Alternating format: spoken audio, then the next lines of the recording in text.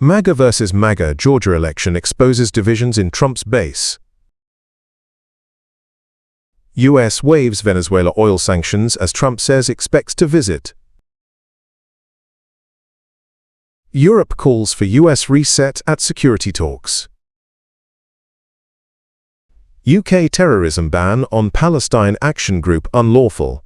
Court rules after appeal. Trump says Iran regime change could be best thing as second carrier heads to Middle East. President Donald Trump may have expected his endorsement to settle the Republican race to replace Marjorie Taylor Greene, but instead it has triggered a crowded and unpredictable contest that's testing his grip on the MAGA movement. Trump backed former local prosecutor Clay Fuller on February 4th, calling him a MAGA torchbearer. Yet 14 other Republicans have stayed in the race for the March 10th special election, joined by 3 Democrats and 1 independent. Early voting begins Monday. The contest is unfolding in Georgia's 14th congressional district, a deeply conservative blue-collar region stretching from Atlanta's outer suburbs to the Tennessee border, long considered one of the strongest MAGA districts in the country. MAGA unity fractures after Greene's exit. Greene, who rose to national prominence after her 2020 election, resigned her seat in January following a bitter split with Trump. Her departure has left a power vacuum and exposed internal MAGA tensions. Many Republican candidates are now competing to prove who best embodies Trump-style populism, even as voters signal that loyalty to Trump alone may no longer be decisive. "I'm a Trump supporter, and I respect his opinion, but he doesn't live in this district," said voter John Burdett at a candidate forum in Kennesaw. "We have a better perspective on who is best to represent us." President Donald Trump said on Friday he plans to visit Venezuela, though he has not set a date, reflecting what he described as a, quote, very good relationship with its interim leadership. The comments come amid dramatic shifts in U.S. policy toward Caracas, following the capture of former leader Nicolas Maduro in early January, and recognition of Delcy Rodriguez as the interim president by the U.S. government, moves that signal warmer ties and stronger diplomatic engagement. Sanctions eased, major oil companies cleared to operate. In a major shift, the U.S. Department of the Treasury's Office of Foreign Assets Control, OFAC, issued new general licenses, allowing 5 major global oil companies, Chevron Corporation, BP plc, Eni SPE, Shell plc and Repsol SA, to resume oil and gas operations in Venezuela. These licenses are among the largest relaxations of oil sector sanctions in years, allowing the firms to carry out transactions related to Venezuela's oil and gas industry that were previously prohibited, though certain conditions apply, including restrictions on payments and involvement of entities tied to Russia, China, Iran, and other restricted jurisdictions. A second license permits companies globally to negotiate new investment contracts with Venezuela's state-owned oil firm PDVSA, potentially unlocking fresh capital for energy sector development.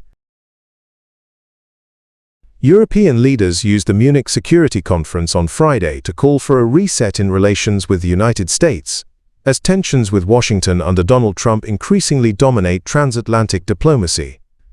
German Chancellor Friedrich Merz urged the creation of a new transatlantic partnership, while French President Emmanuel Macron argued Europe must become stronger and more autonomous, warning that even the United States cannot face global challenges alone. More than 60 world leaders gathered in Munich against the backdrop of strained US-Europe ties. Trump has recently questioned NATO's value, criticized Europe as weak, and reignited controversy by threatening to take over Greenland, alarming European capitals. Russia's war in Ukraine, now nearing its 5th year, was central to discussions, alongside pressure on European NATO members to raise defense spending. Leaders repeatedly stressed that NATO remains vital for both Europe and the United States.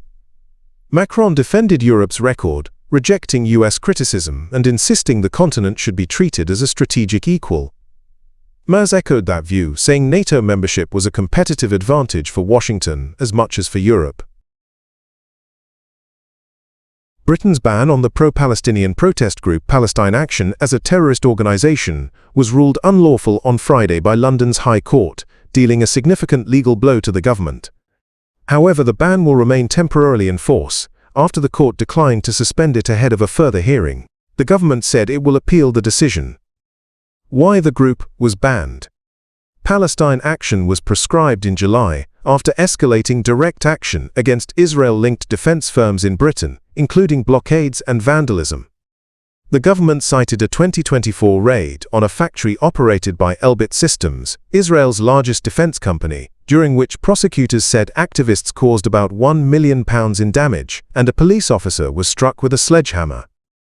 The ban followed a June break-in at the Royal Air Force's Breeze Norton base, where activists damaged 2 military aircraft, an incident described by Prime Minister Keir Starmer as disgraceful.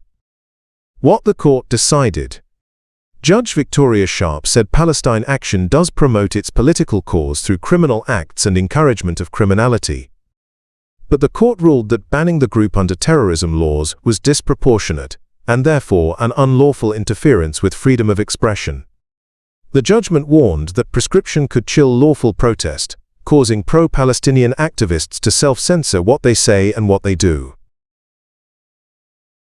President Donald Trump said Friday that a change of government in Iran would be the best thing that could happen, marking the most direct U.S. endorsement yet of potential regime change in Tehran amid rising tensions. Speaking to reporters at Fort Bragg, North Carolina, Trump said the clerical regime in Iran has spent 47 years talking and talking, while Americans have suffered in regional conflicts, and suggested a new power structure in Iran might be preferable. He did not name any specific alternative leadership but said there are people who could take over if Tehran's current government fell.